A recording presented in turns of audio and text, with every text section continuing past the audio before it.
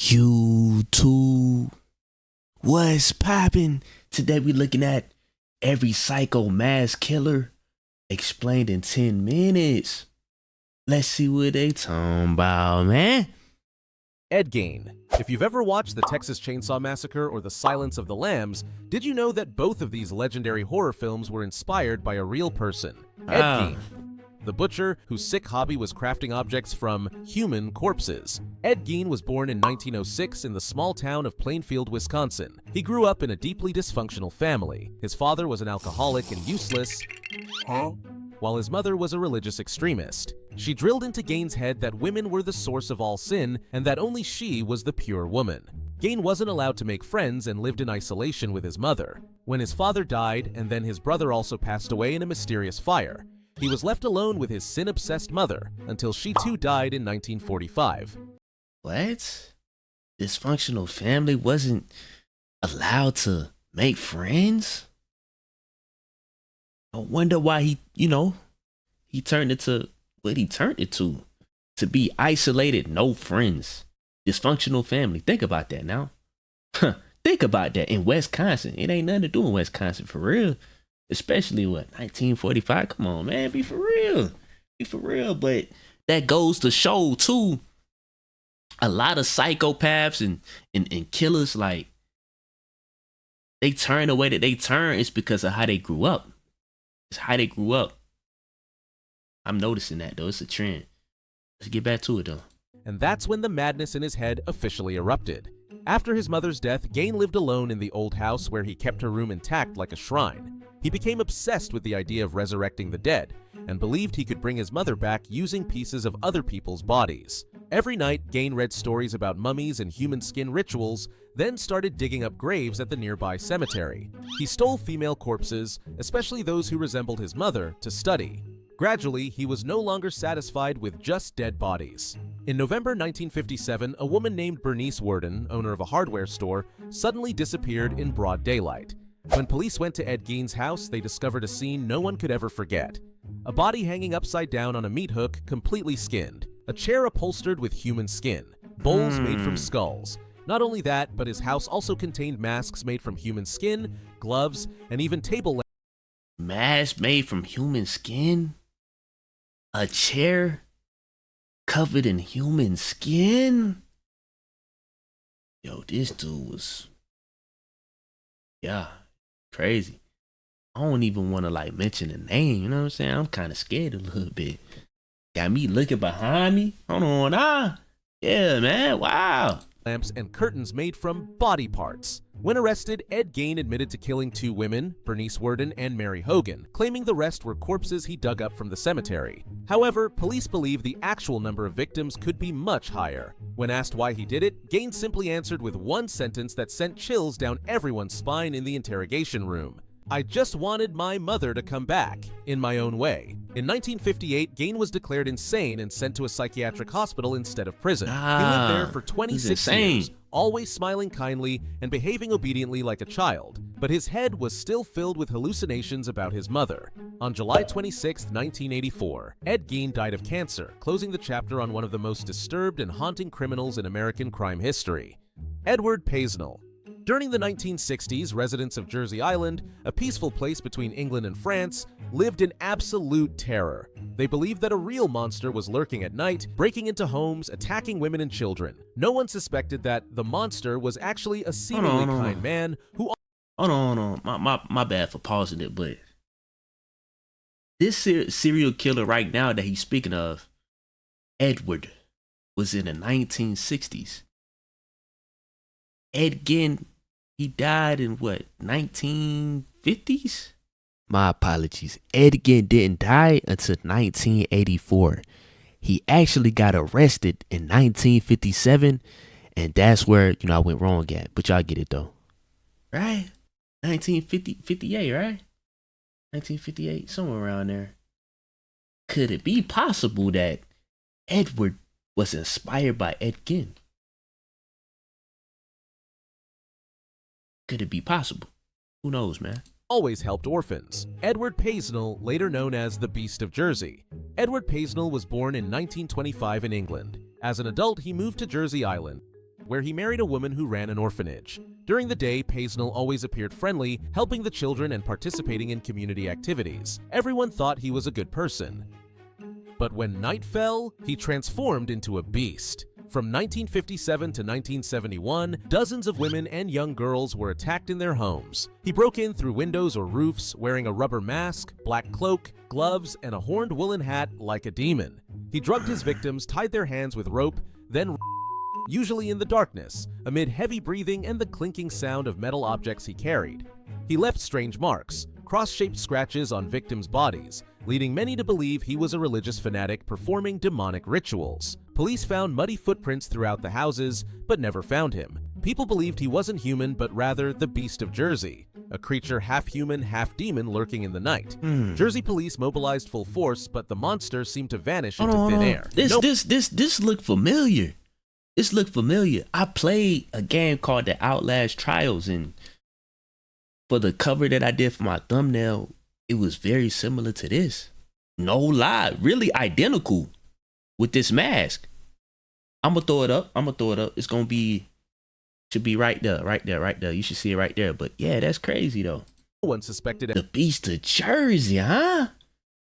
Wow. Edward Paisnell, the model man who always had an alibi. But in July 1971, something unexpected happened.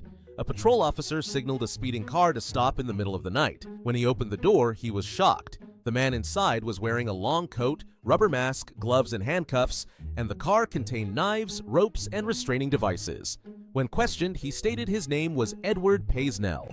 Edward Paisnell was sentenced to 30 years in prison in 1972. In prison, only 30 he years? never showed remorse. After being released in 1991, he lived in seclusion until his death in 1994. Though dead, Jersey residents still speak of him with horror because Paisnell didn't just kill people with violence, he also killed the sense of safety of an entire small island. Zodiac Killer. Not only one of the most notorious serial killers in America, the Zodiac Killer remains an unsolved mystery. He didn't just kill people, he turned crime into a game, sending encrypted letters challenging police and the press. And the most terrifying thing is, to this day, no one knows who Zodiac really is. No one knows who he is? The Zodiac Killer? Yo, I ain't gonna lie, this dude might have been inspired by, honestly, Batman? Like whoever came up with the concept of Batman, I don't know when Batman came out, but they could have got the Riddler from this dude, from the Zodiac Killer.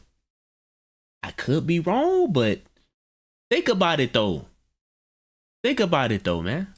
It all began in the late 1960s when peaceful Northern California suddenly experienced a series of gruesome murders. December 20th, 1968, a young couple was shot dead in their car on a cold night. July 4th, 1969, another couple was attacked. The girl died while the boy survived and recounted, "He wore a black mask, spoke calmly as if taking a walk in the park." And the most famous case, September 27th, 1969, Zodiac wore a black mask with a circular crosshair symbol, attacked two students picnicking in broad daylight, tied them up, then stabbed them dozens of times. It didn't stop there. He continued by killing a taxi driver in the middle of San Francisco and vanished into the night. After each case, major newsrooms like the San Francisco Chronicle received strange envelopes. Inside were letters, maps, and mysterious strings of characters he called ciphers. He called himself Zodiac, described each case in detail, and declared he would kill more if the press didn't publish the entire contents of his letters. Another letter included a piece of the taxi driver's blood-stained shirt, undeniable proof that Zodiac was always one step ahead of the police. Hundreds of investigators joined the hunt, dozens of suspects were questioned, but Zodiac was always like a ghost, appearing, then disappearing. To this day, Zodiac remains a symbol of intelligent and cold-blooded crime. He turned police into prey, made the public both fearful and curious, a type of villain who likes to be written into history. Phantom Killer. Texarkana, a small town on the border between Texas and Arkansas, was once a peaceful place, until a fateful night in 1946. From then on, the entire town was plunged into absolute terror when a masked killer appeared, hunting young couples in the darkness. Residents called him the Phantom of Texarkana, also known as the Phantom Killer. On the night of February 22, 1946, a young couple, Jimmy Hollis and Mary Jean Larry, were parked on a deserted road when they were attacked. A man wearing a cloth sack over his face with 2 eye holes jumped out, shone a flashlight directly in their faces, then beat them savagely. Jimmy nearly died while Mary Jean managed to escape in a state of panic. Just 3 weeks later, another attack occurred. This time, both victims were killed. And so, the Texarkana Phantom began a series of bloody nights that shocked all of America. Wow, man. I ain't gonna lie, in the 1900s, hey, it was wicked. It was wicked. He just named like 3 different psycho mass killers. 1940, 1950, and 60, 70. Yeah, that's crazy. Throughout the spring of 1946, at least 5 people were killed and 3 others seriously injured. He always chose deserted roads where couples were dating in their cars. He never left fingerprints, shoe prints, or any clear evidence. Police described him as extremely intelligent, patient, knowing how to erase traces like special forces. Locals began arming themselves. No one dared go out at night. Windows were all locked tight. The press called Texarkana the town of fear, and hundreds of people claimed to have seen the Phantom in the woods or by the roadside, but no one could catch him. The strange thing is, he stopped suddenly. No one knows why. After killing the last couple in May 1946, the Phantom disappeared completely, as if he never existed. Police once arrested a man named UL Swinney, a car thief with bizarre behavior. His wife testified that Swinney was the killer, recounting accurate details of each case. But because the law at the time didn't allow a wife's testimony against her husband, he was never tried. After many decades, the true identity of the Phantom of Texarkana remains an unsolved mystery. The case inspired the 1976 horror film The Town That Dreaded Sundown, making the image of a man wearing a white cloth sack become a symbol of 1940s terror. Golden State Killer. Throughout the 1970s and 1980s, California residents lived in absolute fear. A stranger broke into homes in the middle of the night, tightly bound victims, tortured them for hours, then disappeared without a trace. No one knew who he was. Only one thing: he always saw you before you saw him. He usually broke into homes of women living alone or married couples. He wore a mask, gloves, used a flashlight to shine directly into victims' faces. He tied up the husband, then he wife while the husband lay helpless.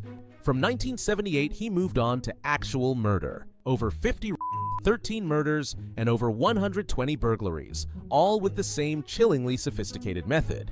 Police described him as extremely organized, knowledgeable about procedures, and acting like someone with military training. Dozens of suspects were arrested, thousands of DNA samples tested, but the Golden State Killer, the name given by the press, still vanished like a ghost. In 2018, thanks to genealogical DNA technology, police found traces of Joseph James DeAngelo, a former police officer. He lived peacefully for 40 years as a neighbor to the very people who once feared him. In 2020, DeAngelo was sentenced to consecutive life sentences without parole, closing the longest chapter in American crime history. John Barry Simonis. For nearly 10 years, women in Pennsylvania lived in absolute terror. A man wearing a ski mask broke into homes in the middle of the night, attacked, then vanished like a ghost. He left no trace. What's up with all these killers, man? They wanna, I ain't even gonna say it because we on YouTube, but the R word. The R word. What's popping? What's going on with y'all, man? Necessary words. Only heavy breathing and the smell of fear in the dark room. He was John B. Simonis. John B. Simonis was born in 1962, worked as a technician, lived peacefully with his wife and children in Pennsylvania. He looked completely harmless until nightfall. Simonis drove around residential areas, observing homes of women living alone. He stalked them for weeks, memorizing their bedtimes, light-turning off habits, then broke in exactly when everything was quietest. From the early 1990s, dozens of women reported being attacked by a man wearing a ski mask and gloves. Simonis left no fingerprints, no DNA, no clues. By 1998, after dozens of attacks, DNA technology developed enough to identify the perpetrator. The samples matched John B. Simonis, someone who had been suspected, but without enough evidence. When police came to arrest him, he remained calm. John B. Simonis was sentenced to multiple consecutive prison terms for a series of rapes. I don't know. It's just always something about these type of videos that just fascinates me. Want to know more about it, and at the same time, I'd be shocked to hear the detailed crimes of what happened, how it went about, and it's just crazy. It's crazy, man. Hey, though, it's your boy Scotty Love. I just want to appreciate everybody for tuning in. And last but not least, I'm gone.